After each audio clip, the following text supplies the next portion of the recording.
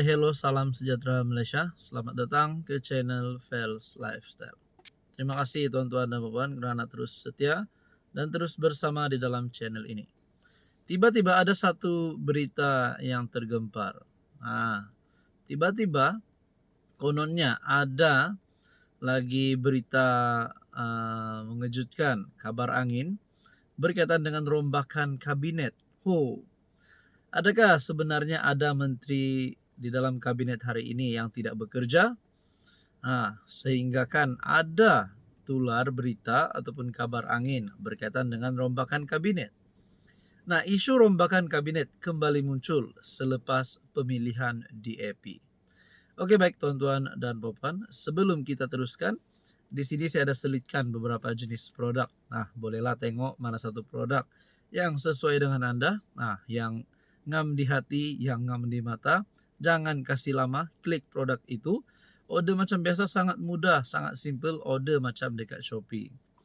Oke, kita teruskan dengan isu rombakan kabinet yang tiba-tiba muncul setelah pemilihan DAP. Nah, ada satu kenyataan berkaitan dengan rombakan kabinet. Serah kepada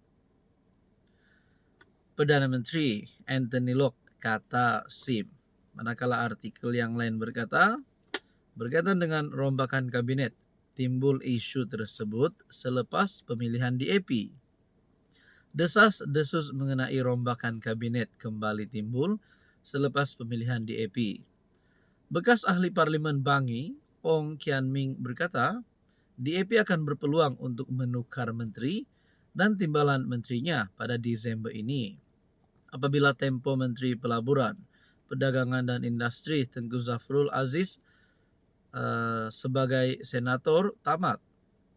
Ia walaupun Setiausaha Agung DAP, Anthony Locke telah menegaskan bahawa keputusan pemilihan jawatan kuasa eksekutif pusat, parti itu tidak akan memberi kesan ke atas kedudukan menteri atau timbalan menteri DAP.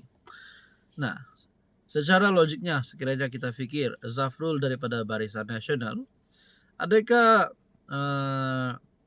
di sini ada perebutan jawatan menteri di antara DAP dan BN? Ataupun kalau saya jadi PM, bayangkanlah kalau saya mempunyai kuasa sebagai PM, saya melihat menteri-menteri tidak bekerja, saya akan pecat terus.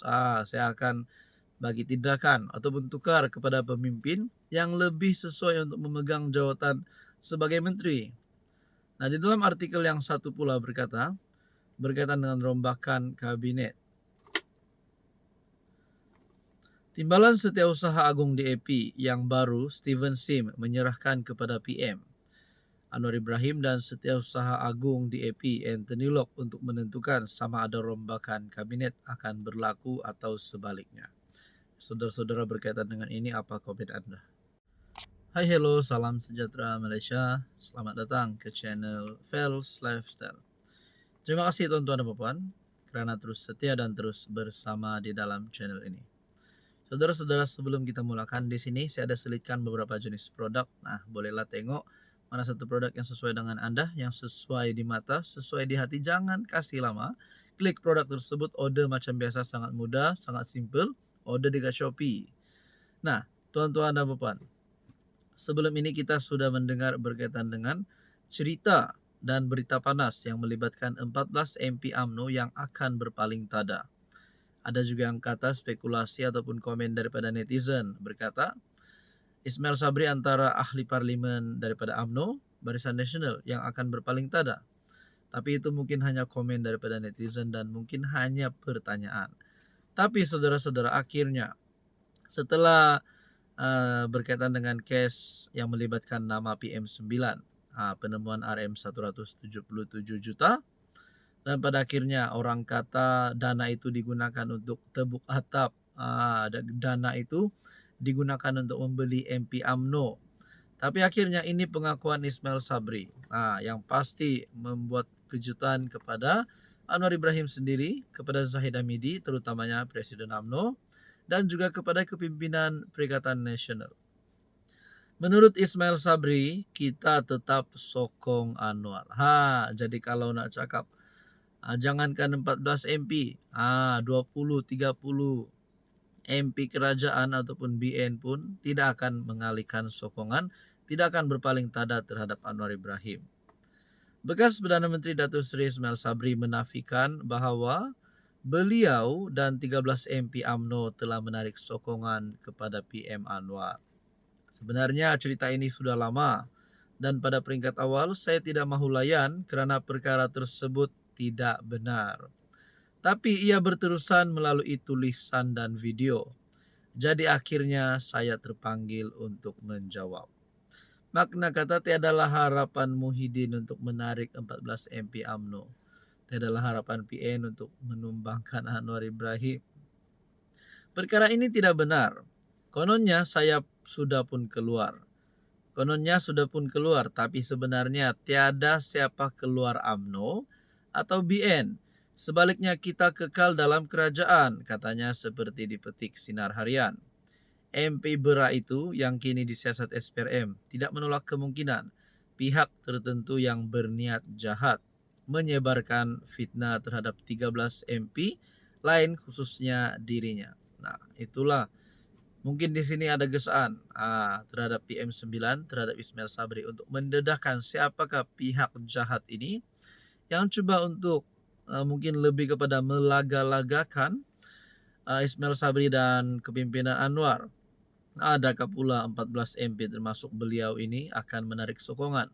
Tapi sebenarnya cerita ini tiada pun. Menurut Ismail Sabri, beliau menafikan perkara ini. Makna kata Anwar Ibrahim tetap cukup sokongan. Tapi let's say lah 13 MP itu keluar daripada UMNO, keluar daripada kerajaan menarik sokongan. Bukan keluar daripada UMNO tapi menarik sokongan terhadap Anwar Ibrahim. Adakah mereka bersedia untuk membayar 100 juta? Itu yang pertama. Dan yang kedua, adakah sekiranya Anwar kehilangan 13 sokongan MP, beliau akan ditumbangkan?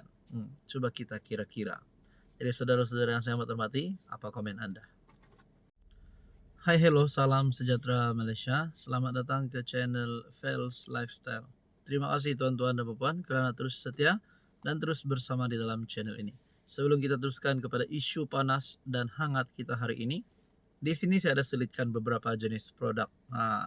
Bolehlah tengok mana satu produk yang sesuai dengan anda. Banyak produk yang saya share di sini. Macam mana nak order? Sangat simple, sangat mudah. Tekan produk tersebut, order macam biasa, macam dekat Shopee.